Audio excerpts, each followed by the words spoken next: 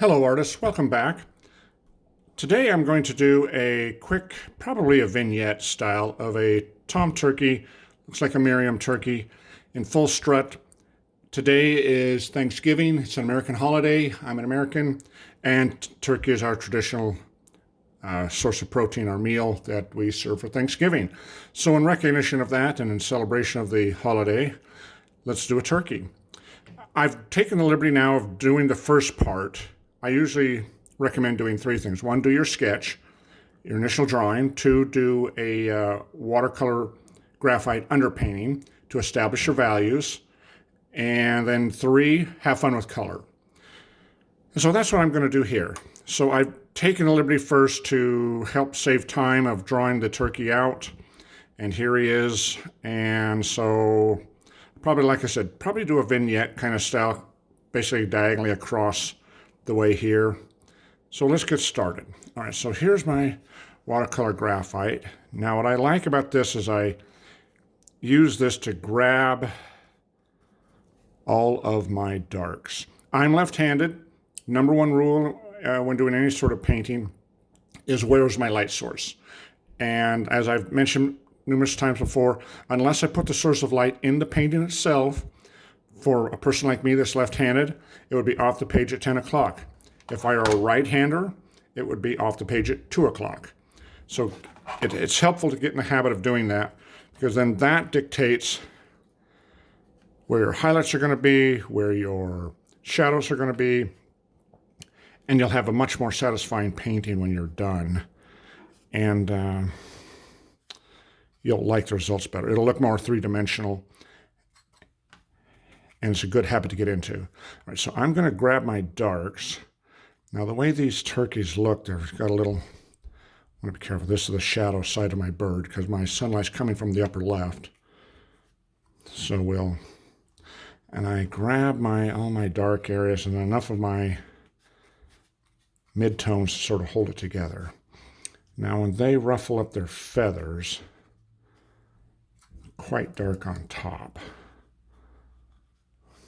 Right there, I got them all spaced out up here. He's got them all fluffed up. I'll do sort of an impressionistic one. It's a fun art form to deal with because it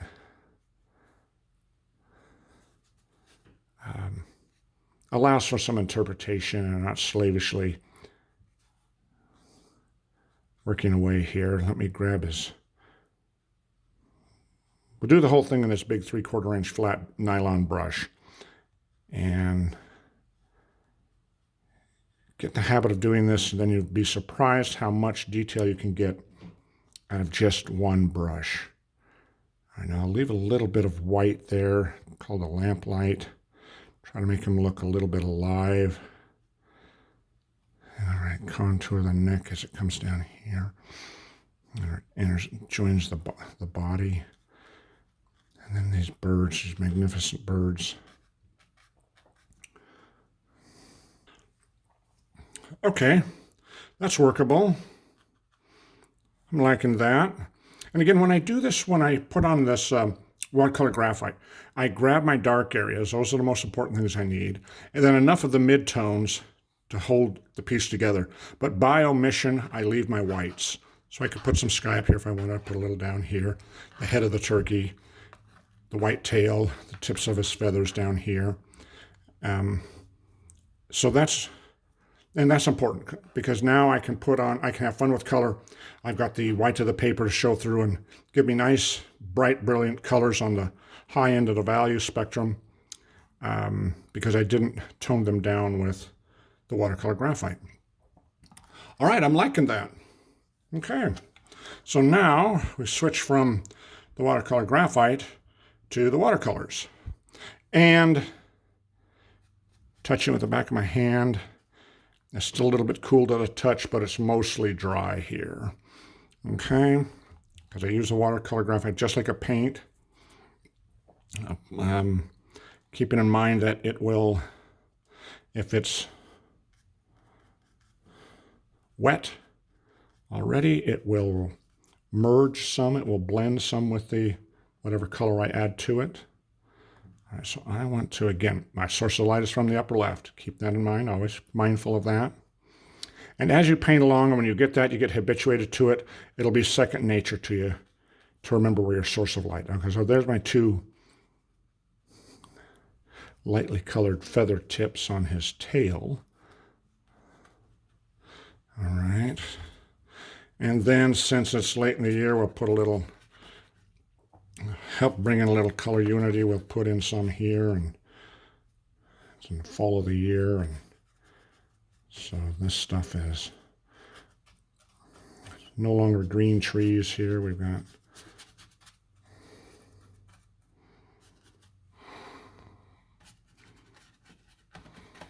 okay, so I put it in here to help.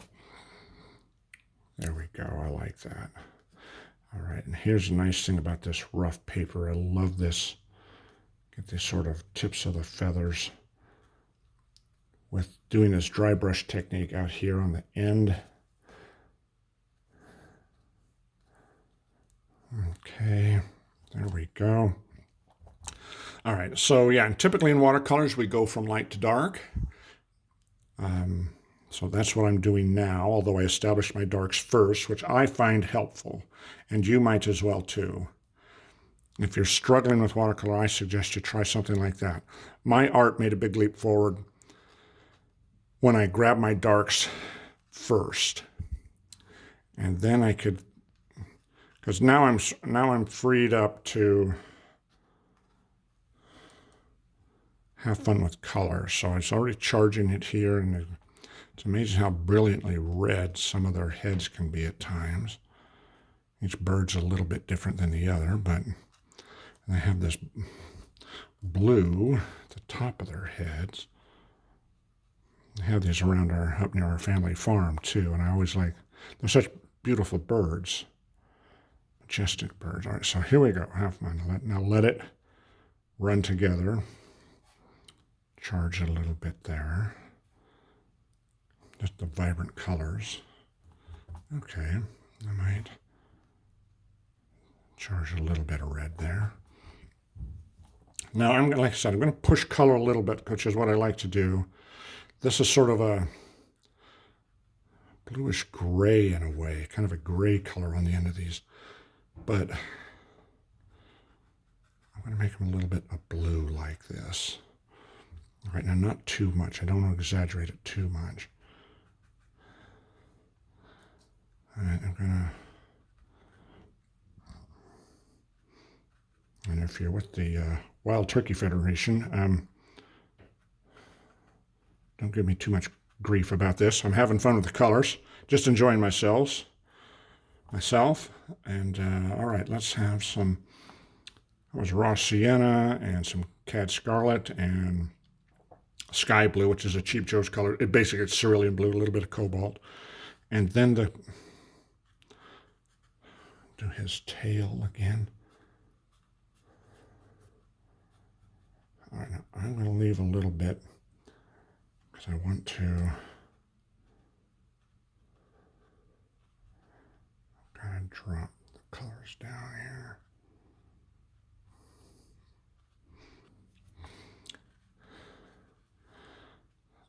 I'm a little bit reluctant. Black, I have black in my palette.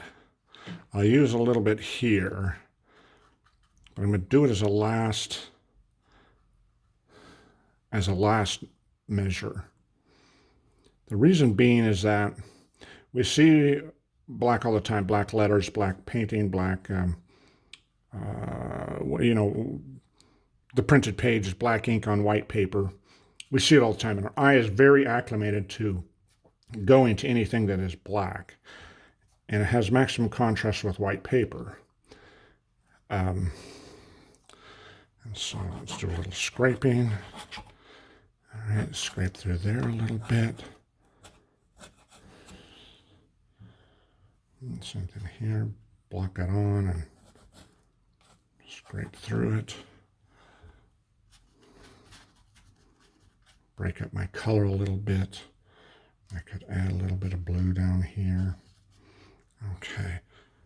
But the point is black can quickly take over a painting. It's about like too much salt in a recipe. I'll use it and try not to overuse it here. This is Lunar Black that I have, which is a Dan Smith color.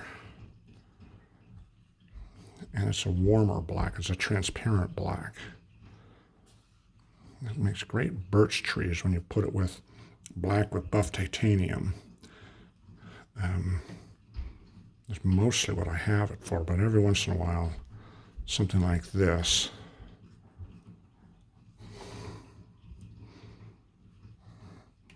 I still want him to read like, go to a dark blue now. Now I'm working mostly wet into dry. And the reason why is I don't want my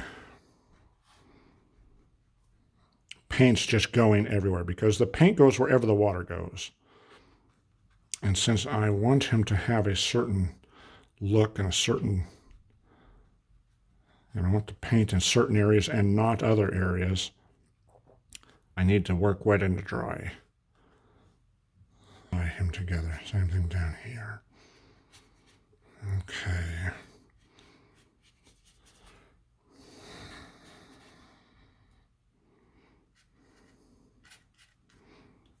Okay, all right. Now we can see here, so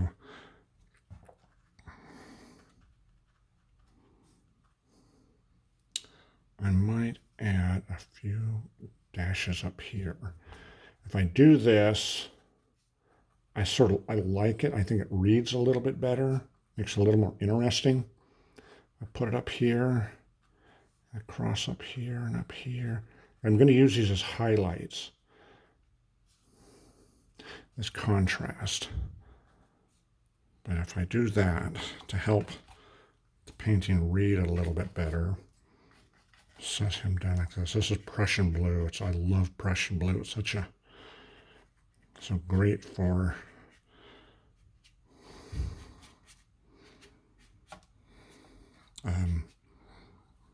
glazing and shadows like this, and just a beautiful strong color. All right, there we go. A little bit. Yeah, let's go the other direction. Pull it that way.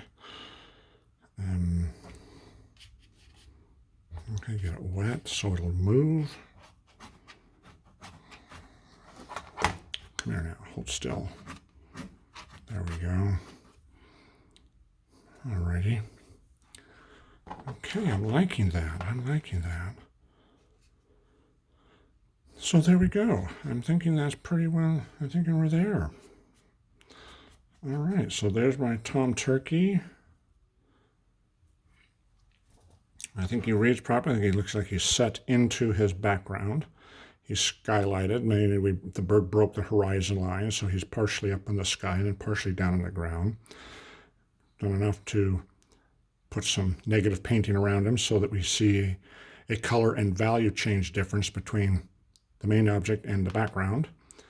And stay true to a vignette. So very simple statement. And I think that is good. So thank you everyone for joining along with me. If you like this, please hit the like button. Subscribe if you would, please. And we'll be doing more. Happy Thanksgiving, wherever you're at. And we'll see you in the next one. Thank you. Bye-bye.